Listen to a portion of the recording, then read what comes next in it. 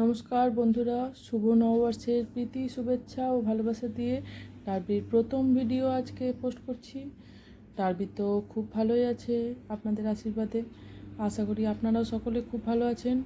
Derby নববর্ষের প্রথম দিনটা কিভাবে কাটালো আর কোথায় কোথায় গেছিলো সে আজকের দিনটা দেখে নিন চলুন আজকের এই ভিডিওতে।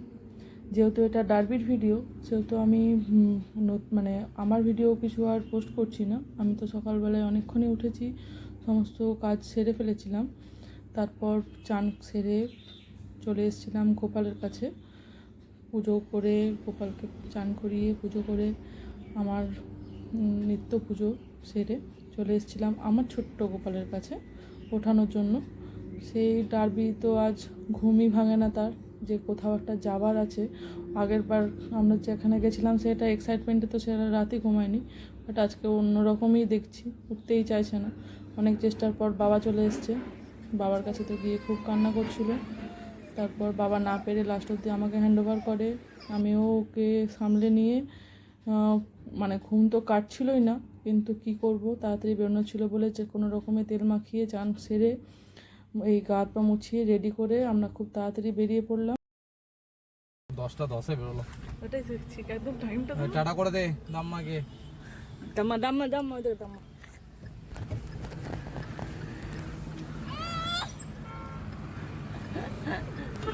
টাটা করলি হ্যাঁ ওটাই স্টার্ট করলাম।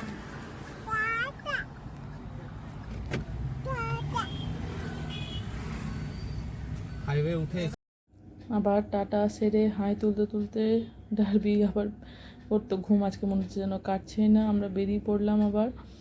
তো আমরা যে উদ্দেশ্যে যাচ্ছিলাম সেটা আমরা এখন বলবো না, আপনারা দেখতেই পাবেন কোথায় যাচ্ছি। তো সে বেরিয়ে পড়েছি। আর হাইওয়েতে একটা ঘটনা ঘটে গেছিলো, দুর্ঘটনা, যার জন্য আর আমরা ডাইরেক্ট শক্তিগড়ের ভিডিও দেখাচ্ছি, রাস্তার আর কোনো ভিডিও করতে পারিনি। তো শক্তিগড় পৌঁছেছি আর শক্তিগড় পেরোচ্ছি। ল্যাংচা আর শক্তিগড়ের কচুরি না খেলে তো ডার্বির বাবারও চলবে না আর আমারও চলবে না অবশ্যই।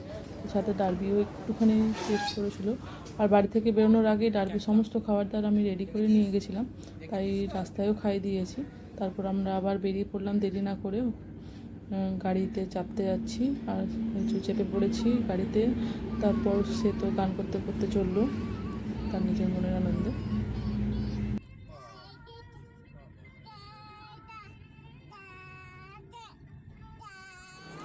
টাটা করতে করতে বেশ মনের আনন্দেই ডার্বি চললো, কোনো রকম ডিস্টার্ব ছাড়াই ও কিন্তু গেছে আমাদের সাথে, কোনো রকম ডিস্টার্ব করেনি। আর ব্যাস আমরা পৌঁছেই গেলাম যেখানে আমি উদ্দেশ্যে বেরিয়েছিলাম। আমরা গাড়ি থেকে নামার আগেই অয়ন্তিকাদি ওকে নিয়ে চলে গেল।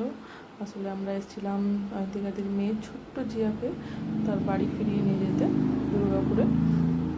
ও তো নিজের বন্ধুকে দেখে এক্সাইটমেন্টে আর থাকতেই পারলো না, গিয়ে এক থাপ্পড় মেরে ফেলেছে ওকে। তারপর ফ্যানের হাওয়া খেতে লেগেছে নিজে, থাপ্পড়টি মেরে চুপচাপ বসে আবার দেখছে কিছুক্ষণ। তারপর ওকে নেওয়ার জন্য মনে হয় করলো কিছুক্ষণ। তারপর ওর বাবা বলছে ও হামি দিতে, ও আমাকে হামি দিচ্ছে। তারপর ওকে তো দিতে গেল হামি, দিল মাথাটা ঠুকেই, কী অবস্থা। তারপর ওখানে গিয়ে ওর বদমাইশি তো কমেনি, বদমাইশি করতে করতে আমরা একটুখানি খেয়ে কোল্ড ড্রিঙ্কস খেয়ে খাবার খেয়ে আমরা খুব তাড়াতাড়ির মধ্যেই ছোট্ট জিয়াকে নিয়ে আর অয়ন্তিকা দিয়া চিন্তার সাথে বেরিয়ে পড়েছিলাম আবার দুর্গাপুরের উদ্দেশ্যে। কিন্তু মাঝখানে আবার আমরা দু জায়গায় গেছি, সেটা দেখুন। ফার্স্ট তো আমরা গেলাম সিমলাগড় কালীবাড়ি। ফার্স্ট এক তো পয়লা বৈশাখ, তারপরে সিমলাগড় কালীবাড়ি হচ্ছে, সিমলাগড় হচ্ছে আমাদের আদি বাড়ি। আর সেখানে না গেলেই নয়, সেখানে কিছু ছবি তুলে আমরা তাড়াতাড়ি চলে যাই আমাদের বাড়ি, সিমলাগড় কালীবাড়ি সামনেই আমাদের বাড়ি ছিল। সেখানে এই দাদাইয়ের সাথে দেখা করে, ফার্স্ট দেখা করে সামনে আমাদের এই কালী মন্দির, এটা প্রণাম করে আমরা বাড়িতে গিয়ে কিছুক্ষণের জন্য বসি, মিষ্টি খাই।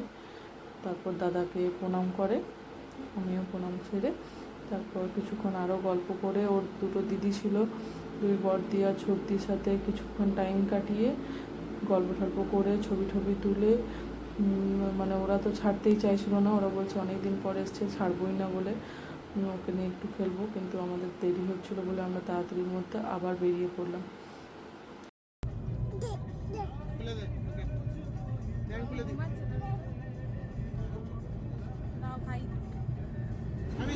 বিকালবেলার এই সুন্দর রাস্তাটা খুব সুন্দরভাবে অনুভব করতে করতে আসছিলাম। আর ডার্বিও তার মাঝখানে ঘুমিয়ে পড়েছিল এই কাপড় খেতে খেতে। ওর এটা অভ্যাসে দাঁড়িয়ে গেছে এই কাপড় খেতে খেতে ঘুমানোটা, আমি না থাকার কারণে। তার মধ্যেই ছোটো পুচকুটা আবার উঠে গেছে, এতক্ষণ ধরে ঘুমাচ্ছিল, যাকে দেখবার জন্য আমরা কত চেষ্টা করলাম, আলটিমেটলি উঠেছে অনেকক্ষণ পরে। কিন্তু ডার্বির সেই কান্নার আওয়াজেও আর ঘুম ভাঙলো না। আলটিমেটলি ও সেই ঘরের কাছে গিয়েই ঘুম ভেঙেছে। আর আমরা পৌঁছে গেছি দুর্গাপুর।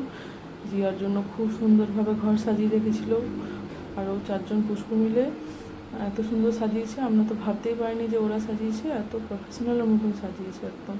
কিন্তু আমরা এগুলো দেখতে পারিনি, মিস করে গেছি, কারণ আমাদের আরও যেখানে যাওয়ার ছিল সেটার জন্য সবাই রেডি হয়ে অপেক্ষা করছিল।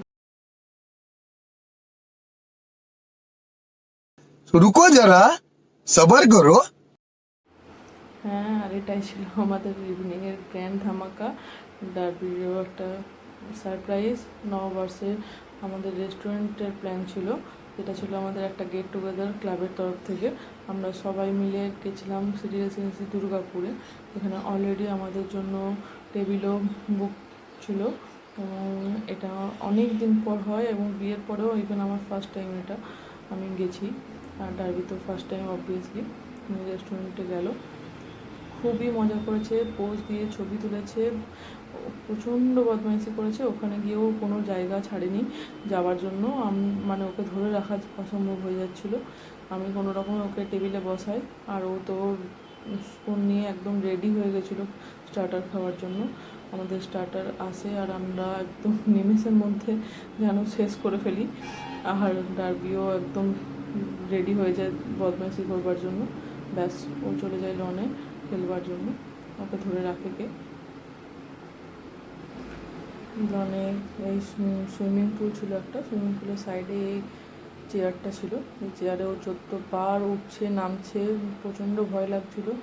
তারপর কিছুক্ষণ খেলার পরে আমরা ফিরে আসি আমাদের মেন কোর্সে। আমাদের তাড়াতাড়ি বাড়ি ফেরারও ছিল, তাই তাড়াতাড়ি ডিনার কমপ্লিট করে আমরা মানে কখন ফিরবো এরকম মনে হচ্ছিলো, যেহেতু সকালবেলায় বেরিয়েছি, খুব প্রচণ্ড টায়ার্ড লাগছিলো, ঘুম পাচ্ছিলো। আর ডার্বির অবস্থা তো এইরকম হয়ে গেছিলো, ডার্বি ওখানে শুয়েই পড়ছিলো বারবার। আমরা খুব তাড়াতাড়ি কমপ্লিট করে ওখান থেকে বেরিয়ে যাই। আর আমরা বাড়ি আসবার সময়ও কোনো রকম আর ভিডিও করতে পারিনি, বাড়িতে এসেও আর কিছু ভিডিও করতে পারিনি। ও আমাদের সারা একটা দিন অনেকটা টাইম দিয়েছে আর খুব ভালোভাবে কাটিয়েছে দিনটা। আপনারা আশা করি দেখলেন, খুব ভালো লাগলো আপনাদের ভিডিওটা। যদি ভালো লেগেছে একটা অবশ্যই লাইক করে দেবেন, আর যারা সাবস্ক্রাইব করেননি অবশ্যই সাবস্ক্রাইব করে দেবেন ডার্বির এই চ্যানেলটা। আপনারা ভালো থাকবেন, সুস্থ থাকবেন, আর ডার্বিকে অনেক আশীর্বাদ করবেন। আজকের মতো